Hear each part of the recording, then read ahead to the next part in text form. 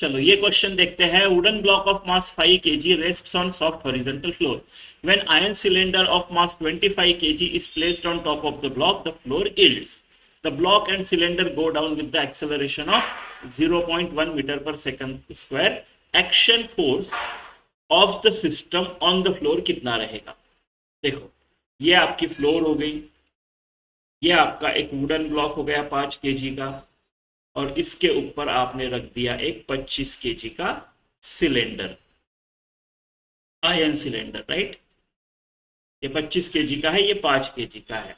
इसकी वजह से हुआ क्या है, फ्लोर इल्ड कर गई, यानी फ्लोर हैंडल नहीं कर पाई और ये दोनों नीचे खिसकने लग गए।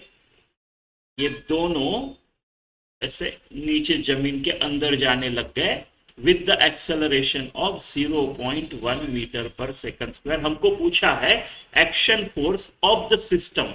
यहां सिस्टम का मतलब ये दोनों मिला के कितना एक्शन फोर्स फ्लोर पे डाल रहे हैं, ये आपको पूछा है, राइट। तो देखो, अगर ये दोनों अभी एक सिंगल बॉडी कंसीडर कर सकते हैं, एक्सेलरेशन सेम है, राइट, तो एक सिंगल बॉडी कंसीडर कर सकता हूं मैं इन दोनों को मिला के, एक सिस्टम कंसीडर कर सकता हूं इन दोनों को मिला के, राइट। और उस सिस्टम का अगर मैं फ्री बॉडी डायग्राम निकालूं, उस सिस्टम का मास 25 और 5 30 हो जाएगा। ये 25 और ये 5 30 हो जाएगा। तो 30 किलो का ये ऑब्जेक्ट, ये 30 किलो का ये ऑब्जेक्ट, राइट, इसको अर्थ अपने तरफ खींच रहा है mg यानी 30g से। ये एक्सेलरेशन इसका है, राइट, 0.1 मीटर पर सेकंड स्क्वायर, और ये फ्लोर उसको एक नॉर्मल रिएक्शन दे रही होगी, है ना। अभी देखो, न्यूटन के थर्ड लॉ के हिसाब से ये दोनों मिलके जितना एक्शन फोर्स इसके ऊपर डालेंगे, राइट, जितना एक्शन फोर्स इसके ऊपर डालेंगे ये दोनों मिलके, उतना ही नॉर्मल रिएक्शन होगा, equal and opposite. Action force तो आप ये इस पे नहीं डाल सकते ना, इसके फ्री बॉडी डायग्राम पे एक्शन फोर्स नहीं आएगा। फ्री बॉडी डायग्राम पे वो फोर्सेस आते हैं जो बॉडी एक्सपीरियंस करती है ना। बॉडी अगर किसी और पे एक्सर्ट कर रही है तो दूसरे पे आएगा, फ्लोर के फ्री बॉडी डायग्राम में आएगा, राइट। लेकिन हमको एक्सेलरेशन इसका पता है, राइट। तो ये जो n है, it will be equal to action force of system on the floor, right। Normal reaction के बराबर रहेगा, इक्वल एंड अपोजिट। जितना एक्शन फोर्स ये डालेगा उतना नॉर्मल रिएक्शन डालेगा। एक्शन फोर्स तो इसके फ्री बॉडी डायग्राम में आएगा नहीं, लेकिन नॉर्मल रिएक्शन उसके सेम है, तो हम नॉर्मल रिएक्शन फाइंड करेंगे and that will be equal to our answer. ठीक है, तो बस अभी तो निकालना है इसका equation 30g, right, minus n equal to ma।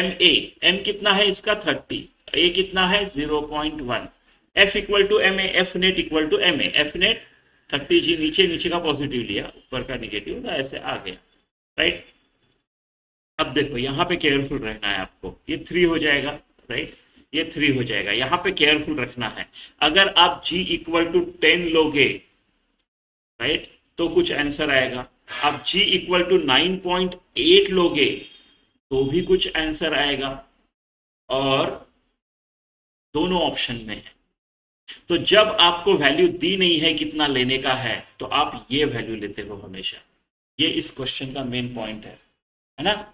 आपको बोला नहीं है जी 10 लो, तो आप चुपचाप से 9.8 लो, है ना। तो 30 into 9.8 minus n equal to 3, तो n जो होगा 30 इंटू 9.8 माइनस 3 होगा, राइट। तो 30 इंटू 9.8 कितना आएगा, 98, 3 कर लो तो ये 4 हो गया, ये 2 हो गया, 27 और 2 294, 294 माइनस 3 291। ये है आपका आंसर, नॉर्मल रिएक्शन। अगर आप जी 10 डालते हो तो 297 आएगा, है ना, 300 में से 3 गए, तो वो भी ऑप्शन में है, लेकिन आपको ये केयरफुली ये देखना है, ठीक है।